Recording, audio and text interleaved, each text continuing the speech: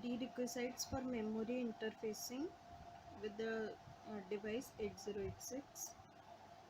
So memory means either we will use a RAM or a ROM. RAM means random access memory, ROM means read only memory. In this memory we can only read from the memory, but we cannot write anything, so no WR bar.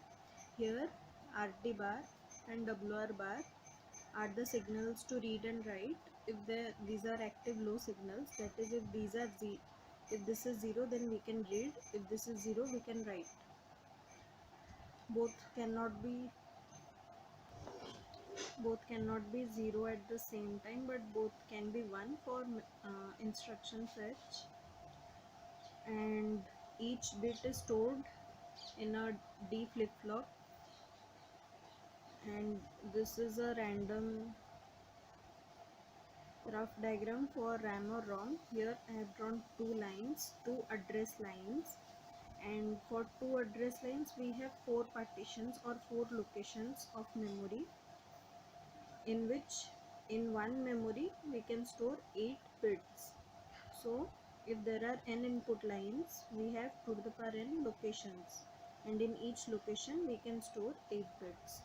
So this is a 4 cross 8 RAM. Why RAM? Because we have here WR bar. If this was not present, then this could have been a ROM. Now this thing, CS bar or chip select, this is an active low signal to indicate the respective chip is selected.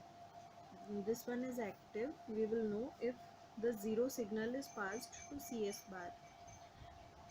Signals to CS bar will be given from the address lines of 8086 or 8085 depending upon the microprocessor, and we may also use a decoder for dynamic addressing.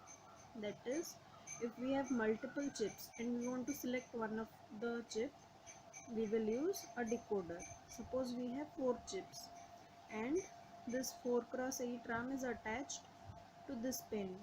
So here I should give 0 1 to the input, so that in the output O1 should be activated or 1 should be passed here, but CS bar should receive 0 because this is an active low signal. Therefore instead of 1 we need 0. Therefore we will use an active low decoder. This is an active high decoder which is giving 1 as output. We will use an active low decoder so that it will give 0 output when here 0 1 is passed in input 0 and input 1, output 0, output 1, output 2, output 3. For input 0 1, that is decimal value 1, we will receive output here 0, and in others 1, which means whatever chip is connected to this pin, the CS bar is connected to this pin, only that chip will be activated, that chip will be active, working, and the others, whatever else, this is suppose another chip and its CS bar is connected to this won't be activated, this chip won't be working.